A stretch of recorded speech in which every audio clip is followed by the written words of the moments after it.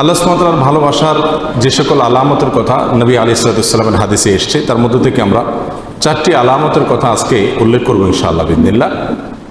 তার প্রথম আলামতটি প্রায় বেশিরভাগ হাদিসের কিতাবে বর্ণিত হয়েছে, যে রাসূল করিম সাল্লাল্লাহু আলাইহি ওয়াসাল্লাম ইরশাদ করেছেন, আল্লাহ সুবহানাহু ওয়া তাআলা যখন কোনো বান্দাকে ভালোবাসেন তখন তিনি জিবরিলকে নির্দেশ করে বলেন যে অমুকের তার আমলের কারণে, তার চিন্তাধারার কারণে, তার চলাফেরার বিশুদ্ধ উপায় এবং পদ্ধতির কারণে আমি তাকে ভালোবাসি।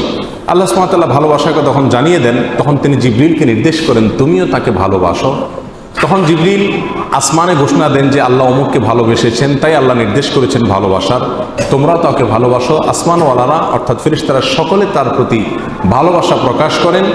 তখন আল্লাহ সুবহানাহু ওয়া তাআলা স্বয়ংক্রিয়ভাবে পৃথিবীতে যারা বসবাস করে তাদের অন্তরে ওই ব্যক্তির প্রতি ভালোবাসা সৃষ্টি করে দেন। বর্ণাকারী বলেন, আর যদি কাউকে আল্লাহ সুবহানাহু ওয়া তাআলা ঘৃণা করেন, অপছন্দ করেন, একইভাবে অর্থাৎ জিবরিলকে ডেকে বলেন আল্লাহ সুবহানাহু ওয়া তাআলা আমি অমুককে তার কর্মের কারণে তাকে আমি অপছন্দ করি, তুমি অপছন্দ করো। আসমানওয়ালারা অপছন্দ করে, তারপরে জমিনওয়ালা বা পৃথিবীবাসীও তাকে অপছন্দ করতে থাকে। এই হাদিস থেকে বোঝা গেল আল্লাহ সুবহানাহু ওয়া তাআলা যখন কাউকে ভালোবাসেন তার একটা আলামত হলো যে পৃথিবীতে বেশিরভাগ মানুষ বা সচরাচর তাকে যারা চিনে জানে তাদের সকলের ভালোবাসা তার প্রতি আল্লাহ সুবহানাহু ওয়া তাআলা সৃষ্টি করে দেন। নাম্বার 2, আল্লাহ সুবহানাহু ওয়া তাআলা যখন কোনো মানুষকে ভালোবাসেন, কাউকে পছন্দ করেন, সেটা আমরা কিভাবে বুঝবো? তার দ্বিতীয় আলামত হলো আল্লাহ যাকে ভালোবাসেন তাকে বিপদ আপদ দেন, তাকে মুসিবত দেন, তাকে কষ্ট দেন। এটা হলো একটা আলামত যে আল্লাহ সুবহানাহু ওয়া তাআলা ওই লোকটাকে ভালোবাসেন। এ বিষয়ে সুনানে তিরমিজির এক হাদিসে আসছে, রাসূল আকরাম সাল্লাল্লাহু আলাইহি ওয়াসাল্লাম ইরশাদ করেছেন, ওয়া ইন্নাল্লাহা ইযা আহাব্বা কওমান ইবতালাহুম, আর যখন আল্লাহ সুবহানাহু ওয়া তাআলা কোনো মানুষকে, কোনো জাতিকে ভালোবাসেন তখন তাদের পরীক্ষা নেন, তাদেরকে মুসিবত দেন, কষ্ট দেন, রোগে শোকে অসুবিধায় ফেলে নানাভাবে আল্লাহ সুবহানাহু ওয়া তাআলা তাদেরকে পরীক্ষা করেন। এই যে বিপদ আপদে ফেলে দেওয়া, এটা কিন্তু আল্লাহ সুবহানাহু ওয়া তাআলার ভালোবাসার একটি আলামত। ফামান রাদিয়া ফালাহুর রিদা ওয়া মান সাখাতা ফালাহুস সাখত, আল্লাহর এই দেওয়া পরীক্ষায়, কষ্টে যে ব্যক্তি সন্তুষ্ট হয়ে যায়, আল্লাহর ফয়সালাকে মেনে নেয়, ফালাহুর রিদা, তার জন্য আল্লাহর সন্তুষ্টি অবধারিত হয়ে যায়। আর যে ব্যক্তি আল্লাহর এই ফয়সালায়, আল্লাহর এই কষ্ট দেওয়ায় সে অসন্তুষ্ট হয়ে যায়, আল্লাহর ফয়সালাকে মেনে নিতে পারে না, রিদা বিল কাদা, ইমানের গুরুত্বপূর্ণ একটা পয়েন্ট, এই বিষয়টি যে অর্জন করতে পারে না, বরং হাহুতাশ করে, অস্থির হয়ে যায়, গালমন্দ শুরু করে দেয়, আল্লাহর ফয়সালাকে সে অ্যাভয়েড করে, হ্যাঁ আল্লাহ আর লোক দেখে নেই, আমার উপরে সব বিপদ আসে, এই টাইপের কথাবার্তা বলে ফালাহুস সাখত, তখন ওই ব্যক্তির জন্য আল্লাহর পক্ষ থেকে অসন্তুষ্টি অবধারিত হয়ে যায়। আল্লাহ আমাদের মাফ করুন। আল্লাহ সুবহানাহু ওয়া তাআলা আমাদেরকে ভালোবাসেন, তার প্রমাণ হবে আল্লাহর পক্ষ থেকে আমাদের জীবনে ছোট বড় বিভিন্নভাবে পরীক্ষা নেওয়া। আমরা জানি কোরআনে কারিমে আল্লাহ তাআলা বিভিন্ন নবী রাসূলদের ঘটনা বলেছেন। এর ভিতরে সবচেয়ে বেশি কঠিন পরীক্ষা যার জীবনে আসছে তিনি কোন নবী ছিলেন? ইব্রাহিম আলাইহিস সালাম।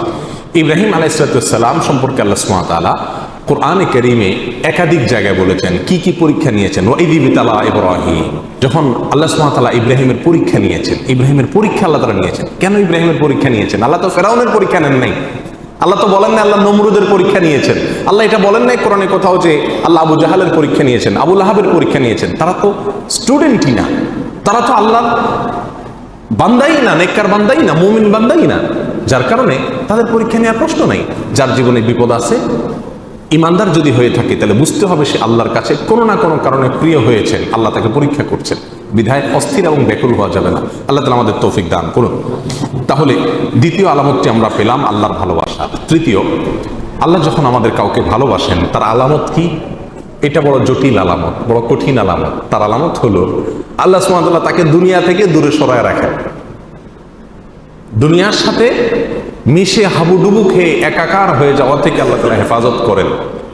আমাদের অনেকে আমরা দুনিয়া চাই, পদ পদবি, অর্থ কড়ি, প্রভাব প্রতিপত্তি, কেনা চাই, আমরা সবাই চাই এগুলা, কিন্তু আল্লাহ সুবহানাহু ওয়া তাআলা কিছু মানুষকে ভালোবেসে এগুলো থেকে দূরে সরায় রাখেন। সে চাইলেও ব্যাটে বলে হয় না। আল্লাহ সুবহানাহু ওয়া তাআলা তাকে দুনিয়া থেকে পরিকল্পিতভাবে বাই প্ল্যান, ইচ্ছাপূর্বক আল্লাহ সুবহানাহু ওয়া তাআলা সরায় রাখেন। কেন?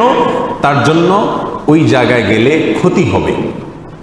সে দুনিয়ার সাথে যদি মিশে যায় তাহলে সে ধ্বংস হয়ে যাবে। আল্লাহ সুবহানাহু ওয়া তাআলা তাকে বাঁচিয়ে রাখেন। এই প্রসঙ্গে সহিহ ইবনে হিব্বান, মুস্তাদরাক হাকিম, সুনানে তিরমিজি, অনেকগুলো হাদিসের কিতাবে হাদিসটি বর্ণিত হয়েছে। রাসূল আকরাম সাল্লাল্লাহু আলাইহি ওয়াসাল্লাম বলেছেন, ইন্নাল্লাহা ইযা আহাব্বা আবদান হামাহুদ দুনিয়া কামা ইয়াহমি আহাদুকুম মারিদাহু আল মা লিয়াশফিয়া। তোমাদের কেউ, তোমাদের প্রিয়জনরা অসুস্থ হলে যেই রোগে পানি টাচ করলে অসুবিধা হবে তাকে যেরকম পানি থেকে তোমরা বাঁচিয়ে রাখো, আল্লাহ যখন কোনো মানুষকে ভালোবাসেন তার আল্লাহর ভালোবাসার মানুষটাকে আল্লাহ তাআলা দুনিয়া থেকে এরকম বাঁচিয়ে রাখেন। আল্লাহর ভালোবাসার আরেকটি আলামত হলো নেক কাজ করার সুযোগ পাওয়া। আল্লাহ যদি কাউকে নেক কাজ করার সুযোগ দেন, ভালো কাজ করার সুযোগ দেন, তৌফিক হয় ভালো কাজ করার, ভালো পথে চলার, এর মানে হলো আল্লাহ সুবহানাহু ওয়া তাআলা তাকে ভালোবাসেন। আমাদের সবাইকে তার প্রিয় পাত্র হওয়ার তৌফিক দান করুন।